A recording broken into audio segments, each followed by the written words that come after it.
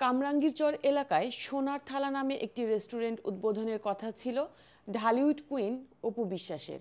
নির্ধারিত ছিল অনুষ্ঠানে প্রধান অতিথি হিসেবে উপস্থিত থাকবেন তিনি। সবকিছু ঠিকঠাক হওয়ার পর সেই রেস্টুরেন্ট কর্তৃপক্ষ ফেসবুকে উদ্বোধনী প্রচারণা চালায়। এমন খবর ছড়িয়ে পড়ার পর সেখানকার স্থানীয় কিছু মানুষ ফেসবুকে প্রতিবাদ জানিয়ে লেখালেখি করেন।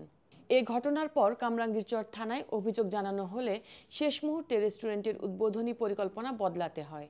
পুলিশের হস্তক্ষেপে অপু বিশ্বাসের উপস্থিতি ছাড়াই রেস্তোরাঁর উদ্বোধন সম্পন্ন হয়।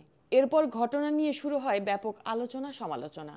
এই ঘটনায় চিত্রনায়িকা মাহিয়া মাহি বলেন, দুঃখিত অপু বিশ্বাস দি, আমাদের শিল্পীদের মধ্যে ইউনিটি কম থাকার কারণে তোমাকেও এভাবে অপমানিত হতে হলো। তা না হলে মেহজাবিন পরিমণির পর কোনো শিল্পীদের এভাবে অপমান করার আগে ৫,০০০ বার ভাবতে হতো। তবে এ বিষয়ে সে সময় কোনো মন্তব্য করেননি অপু বিশ্বাস। অবশেষে নীরবতা ভাঙলেন তিনি। ৩০ জানুয়ারি বৃহস্পতিবার একটি গণমাধ্যমে কামরাঙ্গীরচরের ঘটনা প্রসঙ্গে অপু বিশ্বাস বলেছেন, মালিক পক্ষ থেকে যোগাযোগ করে বলল, আপু টাইম শেষ, আপনি একটা সুন্দর ভিডিও পাঠিয়ে দিন। বিস্ময়ের সুরে অপু বলেন, এটা আমাকে বেশ অবাক করেছিল। আমি তো এর আগেও একটা ওপেনিংয়ের অনুষ্ঠানে গিয়েছি। ৩ মাসের ব্যবধানে একই কায়দায় চট্টগ্রামে মেহজাবিন চৌধুরী, টাঙ্গাইলে পরিমণি বাধার মুখে পড়ায় আলোচনার সৃষ্টি হয়েছিল।